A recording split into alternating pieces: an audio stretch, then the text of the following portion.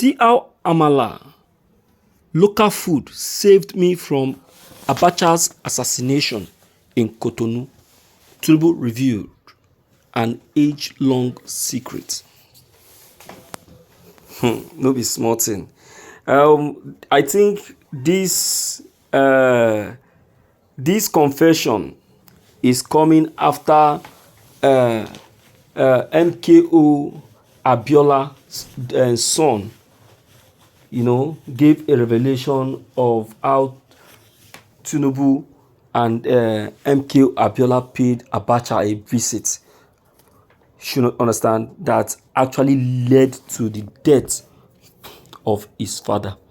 So he was saying that the death of his father was a conspiracy. Though he wasn't saying that Peter and Tinubu have a hand in it, but he's saying that after the visit, that was when the father got killed. So who now got his father killed? You see, in this very content, Tinubu is now making us to know that through this very food, he was almost he got saved. If he has waited, or if he has left without eating that very food put before him, he would have joined Abacha and MKO Abiola. Before you know it, he would have become among some of them that were assassinated unexpectedly. He called it an unexpected assassination, an assassination that they never expected that would have occurred. He said it was in the process of waiting for this very local food that led to his survival. Let's check for this content, my dear listeners. This is Evening News. It is important to consider the major contribution made by people like Asiwaju Bola Tinubu in the struggle for democracy, as we all observed Democracy Day yesterday, which commemorates the annulment of the presidential election held on June 12, 1993, won by the late Chief MKO Abiola. At the time, Tinubu was an active participant in the fight for Abiola mandate and democracy. In Nigeria, as a member of the National Democratic Coalition, NADECO, General Sani Abacha's brutal administration, which used violence and repression against pro-democracy demonstrators, made this time period memorable.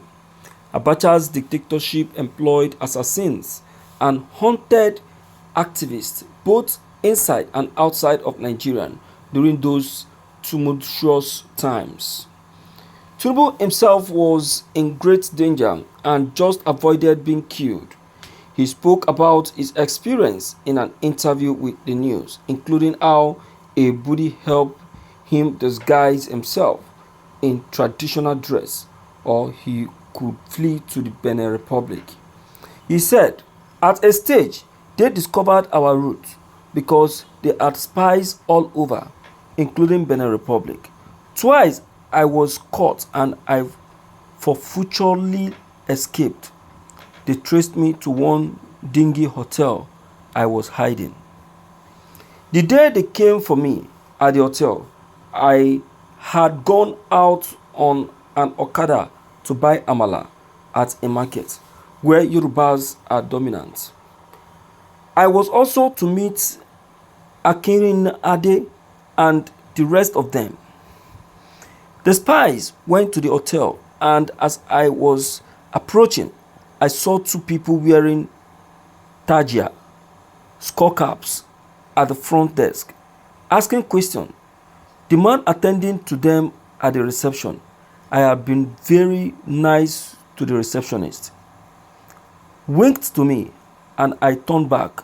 I contacted a friend in Benin Republic who was an architect and had very strong sympathy for us. Professor Wole Soyinka and Alani Akinrinade, who lodged in a better hotel, were fortunate to have escaped that night. 2. The people on their trail pursued them to the hotel but fortunately missed them. Despite living in exile, Tinubu continued to plan and lead the uprising. Frequently traveling between Nigeria and the Benin Republic, he twice came close to being captured, but a lucky break allowed him to escape. Tinubu emphasized the danger that he and other pro-democracy activists such as Kudirat Abiola, the widow of late Chief MKO Abiola, faced. He expressed gratitude for the support they received from diplomats and people like Beko Ransom Kuti, who were instrumental in safeguarding the protection of their families during those dangerous days. There were many hardships and sacrifices made throughout the struggle for democracy and the uprising against Abacha's rule. Tinubu remembered how the military had taken his possessions and vehicles, leaving him without any memories of his former life. He fled to the UK, where he obtained assistance from the British High Commission, determined to carry on the fight. Well, the fight for democracy is something that that one really need to have as an history to remember. But the scrapping of history teaching in the university has really denied a lot of people of these truths. So you can now see the importance of having history in the university. So can our leaders now help us to bring back this very course? That is, by the way, you can now see that Abacha administration actually caused a very big harm to the democracy of Nigeria. If not for this Amala and whatever Tinubu just mentioned now, even him, Tinubu, would have been a forgotten soul. Thank God for this Amala. Sometimes things happen and then we say, why? Let us not be saying why when things happen like this. Things happen for a purpose. So when things happen like this, you say, maybe it happened for a reason, maybe for my own good. You understand now?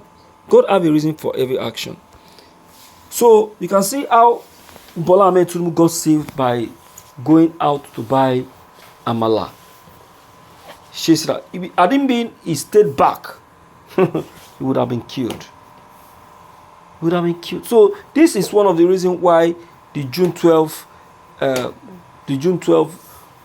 supposed to be purely observed. You understand now, and not to be attached to threats like Bola Ahmed Tinubu was actually speaking out while he was giving his public speech. So all of these things were experienced, and he's sending a threat to Nigerians while giving his public speech. That is the problem. All right, my people. Now don't hear the story. In fact, it is a story to remember. Don't forget to leave us with your own opinion, or what do you know about this. Please deem it fit to leave it behind for us, so that we can be able to get out one or two things from your own opinion. If you are new, click on the red subscribe buttons as well as the bell buttons to get updated each time we upload any new videos. Thank you.